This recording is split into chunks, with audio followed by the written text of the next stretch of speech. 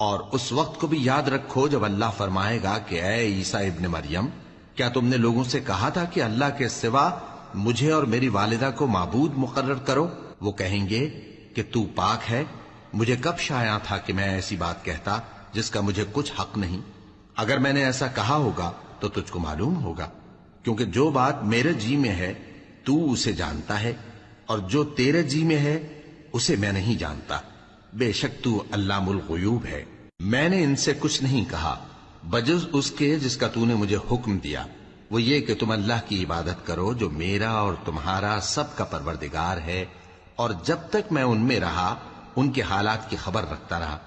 پھر جب تو نے مجھے دنیا سے اٹھا لیا تو تو ہی ان کا نگراں تھا، اور تو ہر چیز سے خبردار ہے۔